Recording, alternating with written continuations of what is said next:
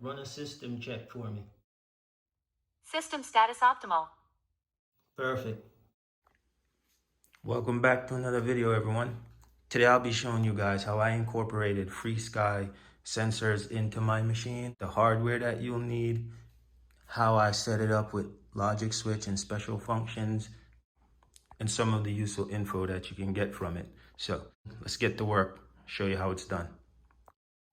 So these are the equipment you will need. You'll need the Frsky current sensor that comes with built-in temperature sensors, and you'll also need the voltage sensor.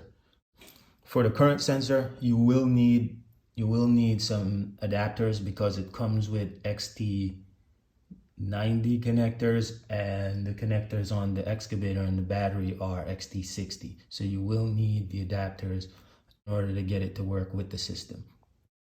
Originally, I had bought the advanced engine suite, but it's a little bit more than I needed. This takes up a lot of space.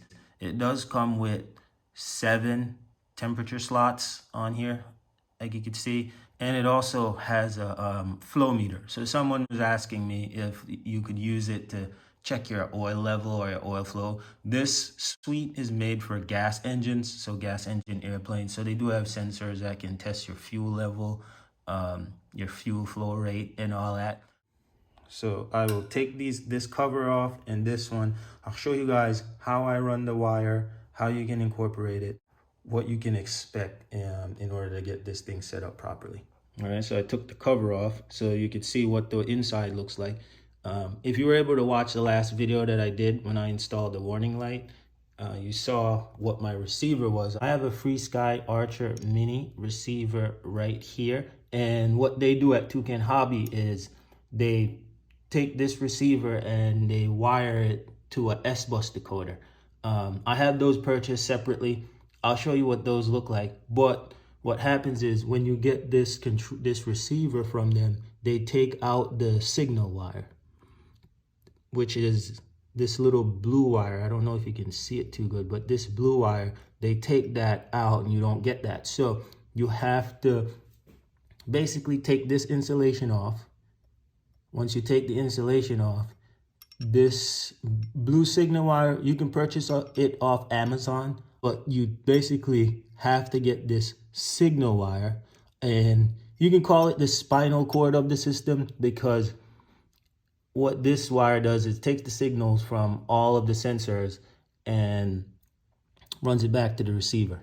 So it doesn't matter how many sensors you have connected, they all send info over this one blue wire. I don't know how they do it, but Frsky figured it out. So to get the sensors set up, you will need power from the system to get to your receiver, but you will also need the power to power the sensors.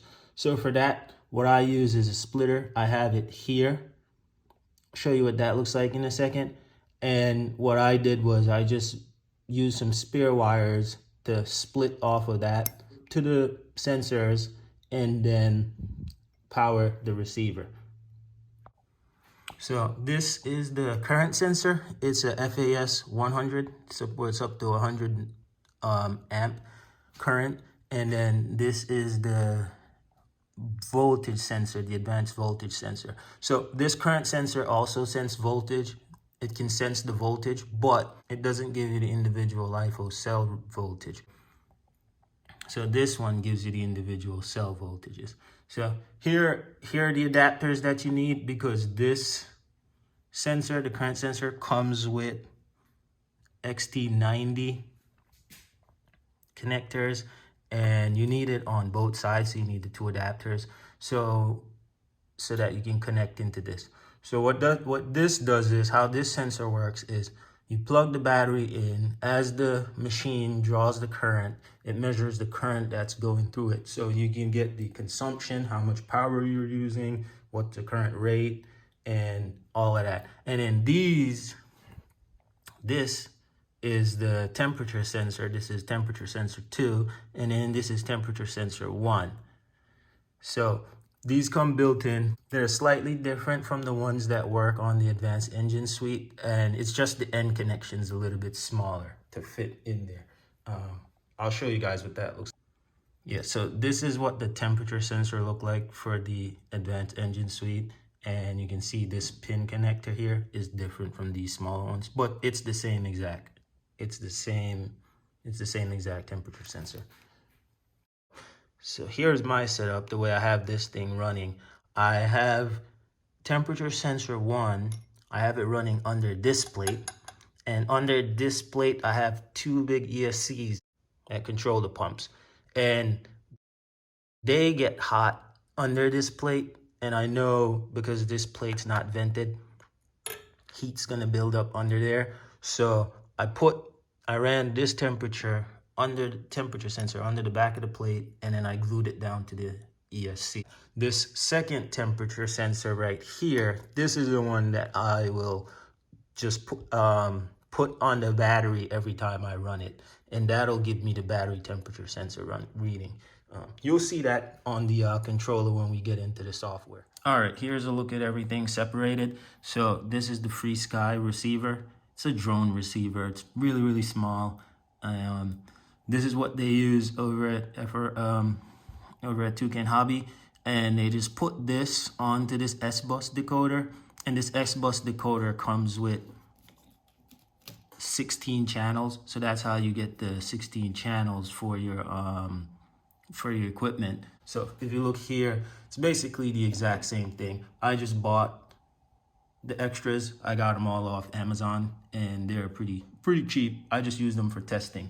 The splitter that I use, it's the same one basically that comes with the light system. If you see here, it's that same splitter.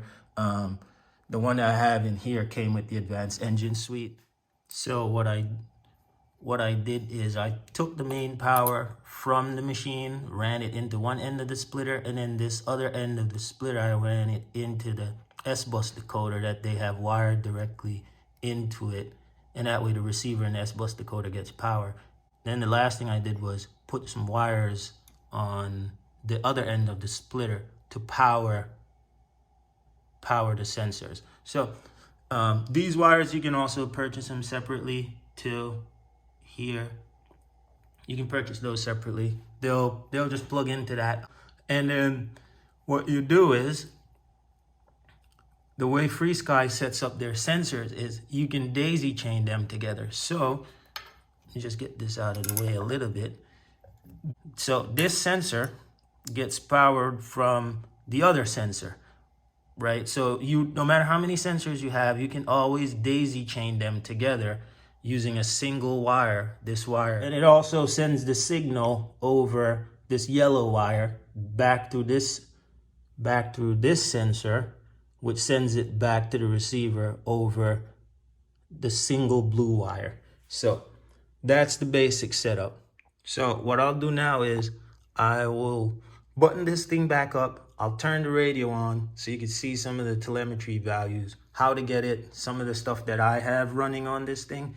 And then you guys can try it out on your machines, or it'll work on any equipment that you have and you're running Frsky sensors and a Frsky controller. It's basically going to be the same setup. The RS mini receiver, it's a little bit different because it doesn't have all the different outputs. But if you get the Archer 8 or 12 channel receivers, any of the other receivers, those have the signal wires and everything built in, so you don't have to do this step. All right, so I have everything set up and I have the battery installed. I just didn't connect it to the power yet. I have my assistants here. You can't see them, but they're here with me. Zen, Zora, Ben, get to your stations while I get this beast powered up. What if he wakes up and goes rogue? Ben, you installed the K-switch, right? Sure I did. Perfect. Welcome to Ethos. All right, everything looks good. Zora, run a system check for me. System status optimal. Perfect. Battery temperature? Battery temperature normal. Perfect. ESC temperature status? Normal and stable. Perfect. Zen, start the pump mix. Pump mix on.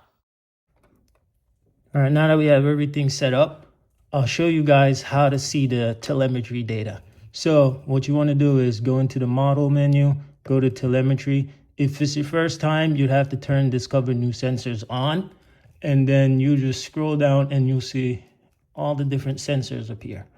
So I have the ESC temperature sensor. I relabeled these. You can just go into edit and you can rename it here, change your units, and change the range in which how hot or how cold it can measure. Also in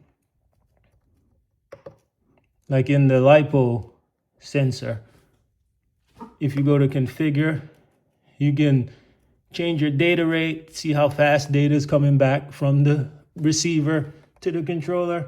But yeah, so once you have all your sensors set up, what you want to do is you want to go back to the home screen. And then I created a separate screen. You can add one, and that shows you the individual LiPo battery voltage, LiPo cell voltages. It shows you the total voltage. I created this battery percent, and this is just based on a range of where the voltage is in the cell. And then current shows you how much current that you currently are using, and then it shows you how much power has been consumed since it's on. So this is a calculated telemetry value. You can find that in the telemetry page as well. When you go back here, you just do a calculated sensor and you can create a power consumption. I'll show you how these values change as you play with the machine. You see your current go up.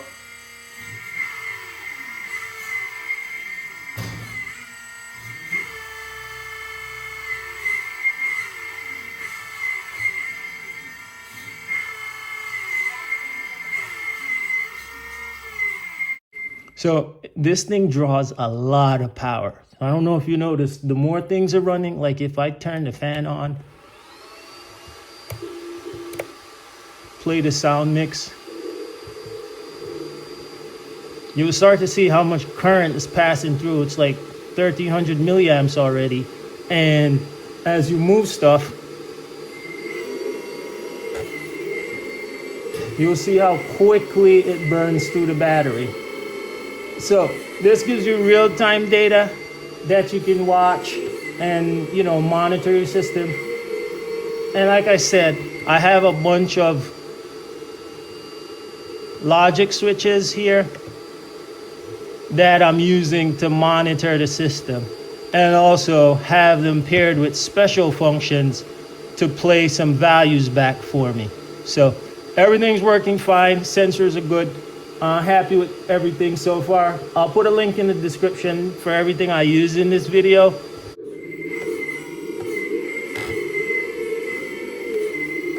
So thanks for watching, guys. Zen, you can go ahead and power down the machine. Up mix off.